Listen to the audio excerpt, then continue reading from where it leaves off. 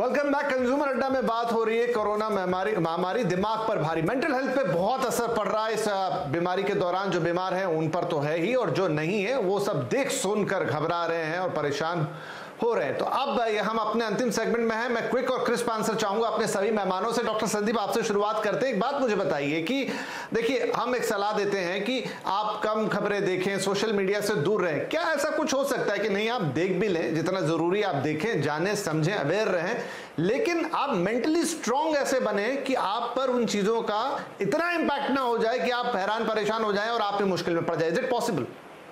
It is possible Vipin. जो मैंने आपको पहले सेगमेंट में जो आंसर बताए थे, कहा था कि अपने आप को मेंटली कैसे फिट रखना है, उसमें वो सब कवर होता है।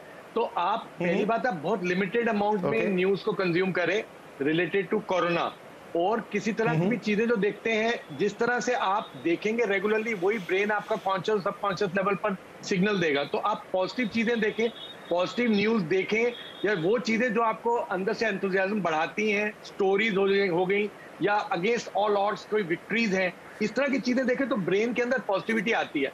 प्लस आपको ये समझना है कि आप मान लीजिए आप बहुत एक्टिव हैं, आपने सारी चीजें बड़ी बोल्डली फेस की, और एक दिन आप रात को सोए ठीक नहीं, और या आपकी रात की नींद नहीं रही ठीक बिल्कुल, और आप जागते रहे, तो अगले दिन आप अपने आप को ढीला महसूस करेंगे, आपको अंदर से कंसंट्रेशन में प्रॉब्लम होगी, या एंजाइटी डिप्रेशन के सिम्टम आ सकते हैं। तो ये एग्जांपल्स मैं आपको दे रहा हूं कि आपको जो लाइफस्टाइल मैंने सबसे पहले बोला था, हेल्दी मेंटल हेल्थ के लिए, आपको मेंटल हाइजीन को मेंटेन करने के लिए, वो सब फॉलो करें और लिमिटेड अमाउंट में यूज करें। ये भी जो भी इंफॉर्मेशन है, तो डेफिनेटली हो सकता है। मतलब आप कह रहे हैं बढ़िया बैलेंस बना के रखें, आप कंज्यूम भी लिमिटेड करें और बाकी चीजें भी प्रोपोर्शन में करें, वही आपको मेंटली फिट और स्ट्रांग रखेगा। ठीक है सर, बहुत बढ़िया। वंदना जी, मुझे बताइए, कहते हैं ध्यान से काफी फायदा मिलता है, क्योंकि एक प्रॉब्लम यह है कि है तो दिक्कत चारों तरफ और वो असली में भी है। तो अब हम उससे बचें, उससे घबराएं, उससे छुपें, कभी भी आके आपको पकड़ेगी। ऐसा ना हो कि हम खुद को इतना स्ट्रांग बना लें ध्यान से, क्या वो पॉसिबिलिटी बढ़ती है?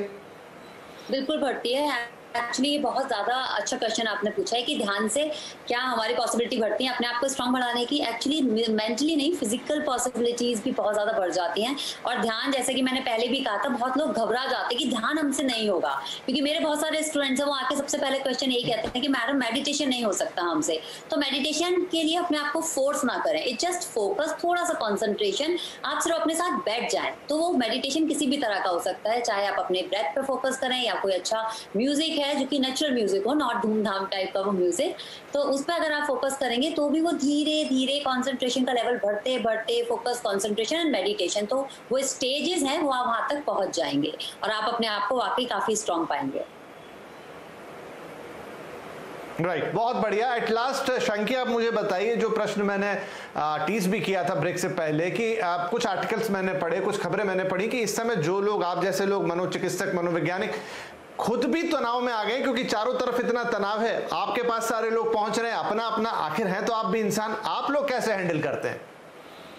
आई थिंक विपिन जी, जैसे हम सब एज ह्यूमन बीइंग्स सारी चीज़ों से ओवरवेल्म तो हो ही जाते हैं।